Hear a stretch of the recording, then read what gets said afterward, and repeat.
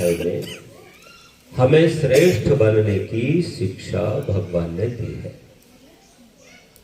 आप लोग चाहते हो कि नहीं श्रेष्ठ बनना? देखो, जहां चाह होती है वहीं राह होती है। कहते ना, जहां चाह वहां राह। तो जो आप चाहते हो वो आपके साथ होता है, क्योंकि जो आप चाहते हो उसके लिए आप प्रयत्न भी करते हो।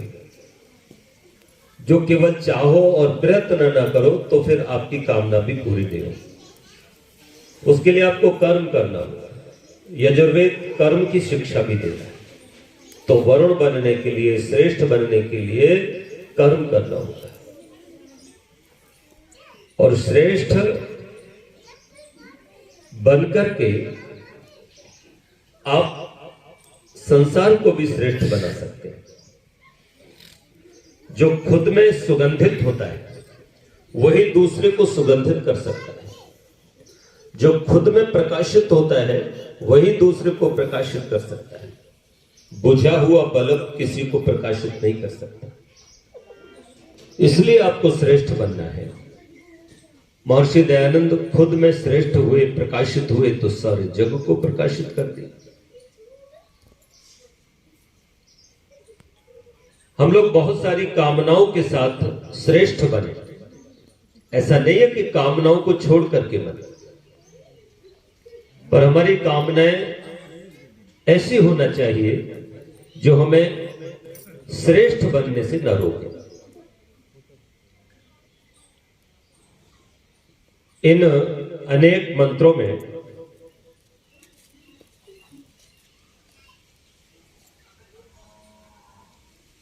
होता शब्द बार बार आया।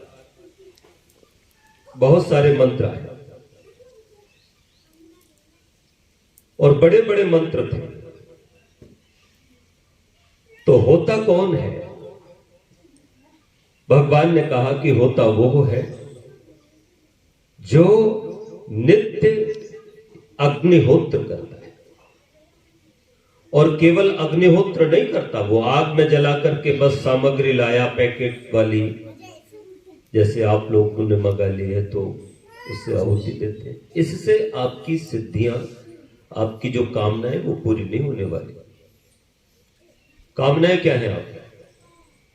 यदि आपकी कामना है कि मेरा मस्तिष्क उर्वरा हो, तो इन जो साकल्य आप डाल रहे हो इससे तो वो नहीं होगी ना सिद्धि।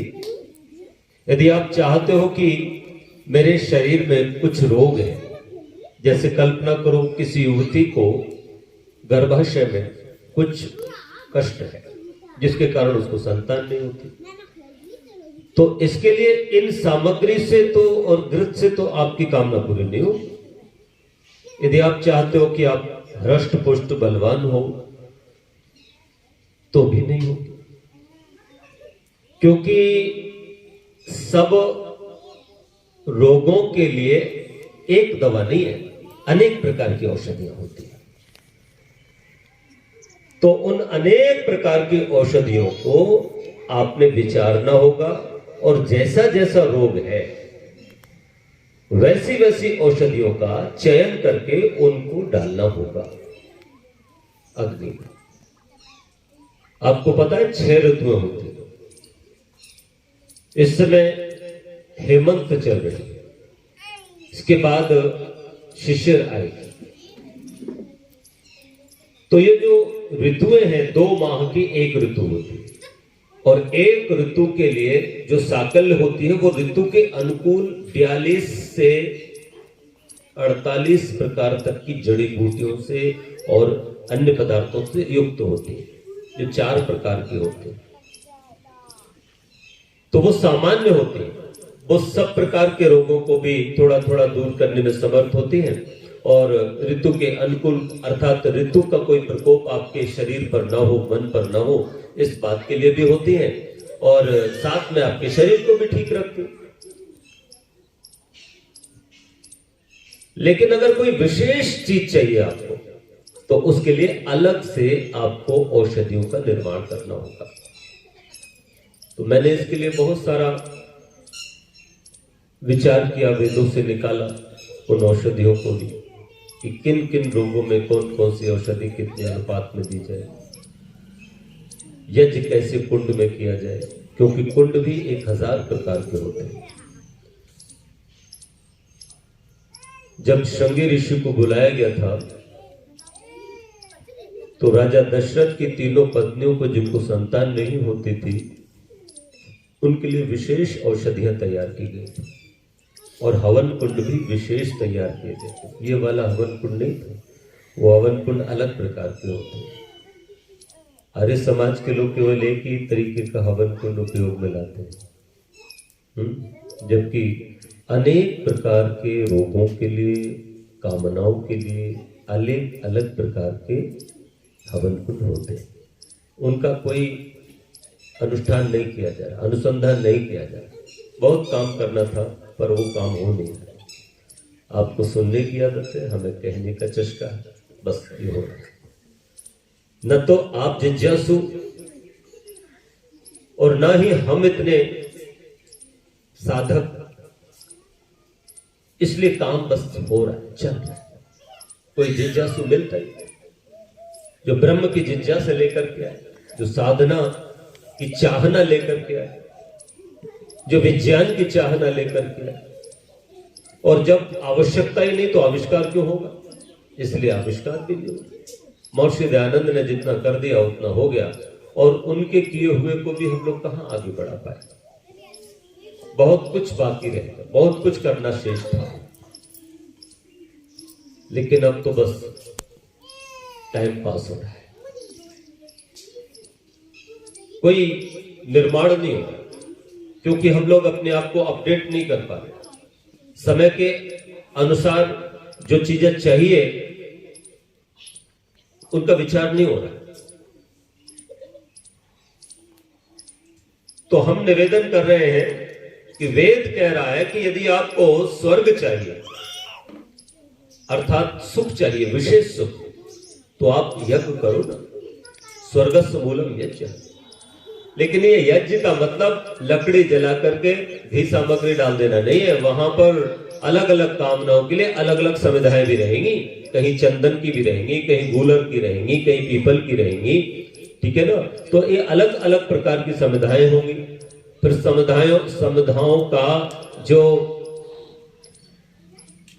योग है वो भी, मात्रा है उसका, परिमाण है वो भी अलग अलग रहेगा, जिससे व्यवस्थित अग्नि आए और उसमें फिर व्यवस्थित वो औषधियां डाली जाए।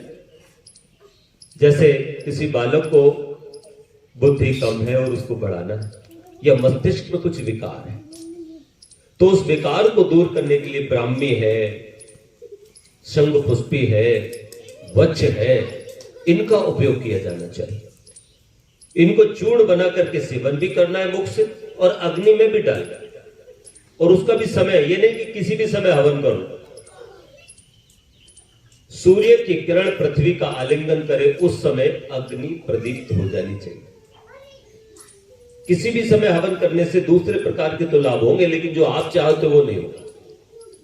इसी तरह से अगर किसी स्त्री को गर्भ में कोई कमी है, बहुत इलाज डॉक्टरों से कराया है लेकिन विकार दूर नहीं होता, तो उसके लिए भी एक साकल अलग से बनाना होता है। इस हवन सामग्री से काम नहीं चलेगा। पहलौन श्यामा गाय का दूध कम से कम 4 किलो लेकर के उसको उबालना है। जब उसका खोया जैसा बन जाए, बहुत गाढ़ा नहीं हो, कम गाढ़ा हो, उसको उतार के रख लिया जाए। लेकिन उतारने से पहले जब वो दूध खौल रहा हो, उसी समय उसमें 400 ग्राम सौंठ डाली जाए, पीस कर, कूट कर। और अब ये सामग्री आपकी बन गई। 21 दिनों तक शुद्ध गाय के घी से होम किया जाए, सुगंधित समिधाओं से। उसमें जो समिधाएं रहे वो देवदारू की रहे।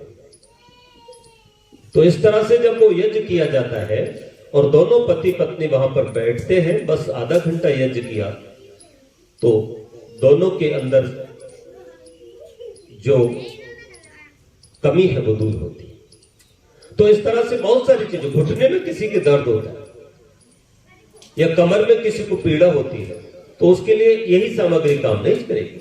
आप फिर उसके लिए गूगल ले आओ। अगर किसी को ज्वर रहता है तो उसमें गुड़ है और गिलोय है, नीम के पत्ते हैं और हल्दी है, इसका उपयोग करो। तो अलग अलग प्रकार के रोगों में अलग अलग प्रकार का अग्निहोत्र करना है। ये करना था, ये नहीं किया, इसीलिए लोगों के बीच में हवन नहीं ले जा पाए, चाहे वो हमारे पौराणिक हिंदू हो चाहे आर्य समाज हो। सीधी बात। वो लोगों ने भी कर्म कांड बना लिया, केवल यहां धरो यहां धरो यहां धरो, बस जी हो गया हवन। वो सूर्य चंद्रमा नक्षत्रों की पूजा कराते रहते हैं, उनका भी ध्यान पूरा यजमान की पॉकेट पर, पैसे पर होता है बस। यहाँ हम लोग केवल वही सामग्री लाए रूखी सूखी और अपना हवन कर लिया, सोचते हैं हमने बड़ा भारी काम कर लिया, लेकिन हमने आउटपुट नहीं दिखा, रिजल्ट नहीं आया, लोगों को लाभ ही नहीं हो तो लोग क्यों जुड़े, चाहे वो मेरे बच्चे हो या मेरे मोहल्ले वाले हो। हम उनको कुछ यज्ञ से करके दिखाए ना कि हमने ये इससे लाभ किया है, तो करेगा ना व्यक्ति, तो आपकी राह पर चलेगा ना, उससे लाभ ही कुछ नहीं हो रहा है। तो इसलिए हम लोगों को वेद के अनुसार जीवन बनाना होगा। मेरा यज्ञ भी वेद के अनुकूल हो, मेरी खेती भी वेद के अनुकूल हो, और मेरा राष्ट्र भी वेद के अनुकूल हो। तो यहां पर एक मंत्र आया था, आपने सुना हो तो, आ ब्रह्मन ब्राह्मणों ब्रह्म वर्चसी जायता। तो राष्ट्र वही समृद्ध होता है, शक्तिशाली होता है, जिसमें 4 वर्ण अर्थात ब्राह्मण क्षत्रिय वैश्य और शूद्र कर्म से सिद्ध होते और सब स्वस्थ हो। स्वस्थ का मतलब है खुद में स्थित हो, अर्थात विचलित ना हो, डिगे हुए ना हो, अथर्व हो, डिगे नहीं, विचलित ना हो, उनको कोई प्रलोभन छू ना जाए। ब्राह्मण किसी भी लोभ में आके अपने ब्राह्मणत्व को न छोड़ दे, क्षत्रिय किसी प्रलोभन में आकर अपने छात्रत्व धर्म को न छोड़ दे, वैश्य किसी प्रलोभन में आकर के अपने वैश्य धर्म को न छोड़ दे, और शूद्र भी आलसी ना हो जाए। जब ये चारों वर्ण व्यवस्थित रहते हैं, ब्राह्मण विद्वान सुधी होकर के हमेशा आविष्कार करते रहते हैं और राज्य आश्रय से निरंतर अनुसंधान करते रहते हैं, नई नई औषधियों का, नए नए भौतिक पदार्थों का सृजन करते रहते हैं, वो देश बहुत तेजी से उन्नत होता है। मेरे देश में कोई मोबाइल बना पाया क्या? मेरे देश के अंदर कोई भौतिक आविष्कार कर पाया है क्या? वेद मंत्र चारों वेदों के हमारे पास है और उनका हम अनुष्ठान करते हैं, अनुशीलन करते हैं। लेकिन मुझे बताओ, इन चारों वेदों के मंत्रों से क्या कोई अभी तक एक भी आविष्कार कर पाया? हंसते हैं वो लोग हमारे ऊपर, और हंसना भी चाहिए, क्योंकि हमने तो स्वाहा स्वाहा स्वाहा स्वाहा बस इतना सीख ले, जैसे नन्हे नन्हे बच्चे स्वाहा स्वाहा करते हैं वैसे हम कर रहे हैं। हम में और बच्चों में क्या फर्क है? ना बच्चों को स्वाहा करने से कुछ लाभ हुआ ना हमें हुआ। कोई पेन भी बनाया हो तो मुझे बताओ ना, एक भी कोई जितनी भौतिक वस्तुएं हम उपयोग कर रहे हैं 70% विदेशी विद्वानों की बनाई हुई है, आविष्कारों की, ब्राह्मणों की बनाई हुई है। वो सब ब्राह्मण है आविष्कारक। ब्राह्मण का मतलब जो मस्तिष्क में सृजन करते हैं। ध्यान रखना, तो जापान के लोग, चाइना के लोग, पट्टों ने अपनी वुहान लेबोरेटरी में कोरोना वायरस बना दिया, तो लीक हो गया, इनको उसको सिस्टम में ला करके बम बनाता था उसका, और वो बम छोड़ना था जिस देश में चाहते। जैसे इंडिया में छोड़ देते तो इंडिया के लोग मर जाते, आराम से जीत लेते। वो बम बना रहे थे, जैविक हथियार बना रहे थे, वो लीक हो गया और इधर आ गया और वहां भी फैला, बहुत सारे देशों में भी चला गया, तो त्राहिमाम हुआ। अभी देखो ना, ये दक्षिण कोरिया लगातार आविष्कार कर रहा है, ऐसे ऐसे परमाणु बम बना रहा है कि भाई अमेरिका से बहुत बड़ा 8000 गुना ज्यादा बड़ा परमाणु बम रशिया के पास है, और ये उसका भी बाप 16000 गुना बड़ा बना रहा है। आप सोचो तो जरा, हम लोग सोच नहीं पा रहे वहां तक, ये लोग करके दिखा रहे। जर्मनी में कितनी टेक्नोलॉजी आपको पता है? जर्मनी सच्चा वेद का उपासक है, क्योंकि वो वेद मंत्रों को रात दिन खंगाल रहा है, और रात दिन खंगाल करके नए नए आविष्कार कर रहा है, परमाणुओं को जोड़ जोड़ करके अनुसंधान चल रहा है, और सरकार उनका साथ देती है, राजा उनका पूरा साथ देती है। हमारे यहाँ कोई करना भी चाहे बेचारा विद्यार्थी, तो उसको प्लेटफॉर्म नहीं मिलता, इसीलिए वो अमेरिका भागता है, कनाडा भागता है, जर्मनी भागता है, दूसरे देशों में जाता है, क्योंकि यहां उसको प्लेटफॉर्म नहीं मिलता। यहां तो राजनीति चलती है। यहां पर क्या होता है? यहां पर ये होता है कि 12 ज्योतिषाचार्य बैठ जाते हैं और इंग्लैंड के साथ भारत का जब मैच होने वाला है तो पट्टा उनमें से ज्योतिषाचार्यों का मंडल कहता है हम घोषणा करते हैं बुध और चंद्रमा राहुल की कुंडली में बैठा हुआ है और वो बताने वाला है कि टॉस इंडिया जीतेगी और शुक्र के प्रताप से बाकी जो ज्योतिषाचार्य करें और शनि बैठा हुआ है 11वें भाव में और वो अपने 7वें भाव में जो मंगल बैठा हुआ है वो मंगलधारी है, इसलिए वो मंगल करेगा और इंडिया मैच जीतेगा। बाकी का काम काशी के पंडे करते हैं, बोले हम यज्ञ करेंगे, अनुष्ठान करेंगे विजय के लिए। लो रही सही कसर उन्होंने पूरी कर दी, अब तो इंडिया जीतनी चाहिए। इन पागल लोगों से पूछो, तुमने सब देख लिया और तुम्हारे अनुष्ठान में इतनी ताकत। अगर तुम्हारे सब देखा होता और तुम्हारे यज्ञ अनुष्ठान में इतनी ताकत होती तो बाकी में इंडिया जीतती, ना टॉस जीती और ना मैच जीती और इतनी बुरी तरह से हारी 15 ओवर में ही राम नाम सत्य हो गए। तो आपको नहीं लगता कि सब पागलपन है? हमने वेद मंत्रों से क्या सीखा, हमने ज्योतिष का क्या किया? वो ज्योतिष के आधार पर नासा के वैज्ञानिक लोग मंगल को छू गए, कहां से कहां पहुंच गए। और हम ज्योतिष के नाम पे अभी भी शनि भगवान, शनि देव, शनि पूजा, तेल दो, हम तेल चढ़वा रहे, ग्रहों के नाम पर पूजा कर रहे। और हमारे पढ़े लिखे इंजीनियर बेटे, बीटेक बेटे, वो पंडित जी जब उससे करवाते हैं तो पट्टा एक बार भी ऑब्जेक्शन नहीं करता। पंडित जी व्हाट इज दिस, मैं ये शनि को शनि कैसे मान लूं, मिट्टी के ढेले को? तूने जो 9 खानों की रेखा बना करके मेरे को बताया है कि नवग्रह हैं, मैं इनको कैसे मान लूं और मैं इस पर क्यों चढ़ाऊं? अरे शनि तो इतनी दूर है कि तेरा बाप भी वहां नहीं पहुंच सकता। एक बार भी कोई वैज्ञानिक ऑब्जेक्शन करता हो तो बताओ, कोई इंजीनियर ने ऑब्जेक्शन किया हो तो बताओ, किसी डीएम ने ऑब्जेक्शन किया हो तो बताओ। वो खुद ही कर रहा है। क्यों? क्योंकि उसे ईश्वर नहीं पढ़ाया गया, वेद नहीं पढ़ाया, उसको विज्ञान नहीं पढ़ाया गया। ये विज्ञान था जिसको पढ़ाना था। ये जीवन व्यवहार में जो चीजें आती है काम में, वो पढ़ाने की जरूरत थी। अरे यार, ज्यादा से ज्यादा कक्षा 3 तक की गणित काम में आती, शीघ्र जीवन। बताओ, अच्छा ठेला वाला हो, मोची वाला हो, दुकान वाला हो, कोई सा व्यापारी हो, वो बस 4 बातें करता है, जोड़ना, घटाना, गुणा करना और भाग दे देना, बस इतना ही तो होता है।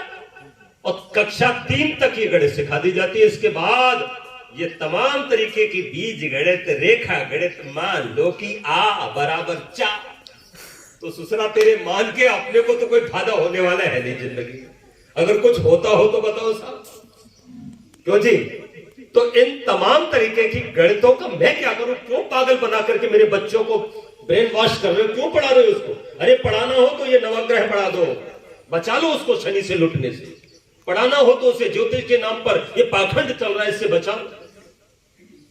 अगर पढ़ाना हो तो उसे अग्निहोत्र पढ़ा दो कि इसमें कौन कौन सी वस्तुएं डाल करके क्या क्या लाभ होता है, जिससे कि वो अग्निहोत्र को जीवन में उतार दे। तुमने नहीं पढ़ाया हो। तब मेरा ये वेद मंत्र कहता है कि जिस देश में ब्राह्मण विद्वान होते हैं, क्षत्रिय जिसके समर्पित होते हैं और निरंतर अन्याय को दूर करने में लगे रहते हैं, राज्य के लिए उत्तम व्यवस्थाएं करते हैं और जहां का वैश्य अभाव को दूर करने के लिए निरंतर प्रयत्नशील रहता है, उत्तम उत्तम पशुओं को पाल करके उत्तम उत्तम भोग समाज में लेकर के आता है, अन्न आदि लेकर के आता है। और जिस देश के अंदर कोई आलसी प्रमादी नहीं होता, सब दौड़ दौड़ कर काम करते हैं, ऐसा देश समृद्ध होता है, शक्तिशाली होता है। तो हम लोग कर्म करने वाले बने, कर्म करके हम वेद की आज्ञाओं को धार करके वरुण बनेंगे, श्रेष्ठ बनेंगे। नान्य पंथा, इसके अलावा कोई रास्ता नहीं। तो आओ लौट चले वेदों की ओर, वेदों की ओर चलेंगे। बोलो वेद भगवान की जय। आइए अब हम अगले अध्याय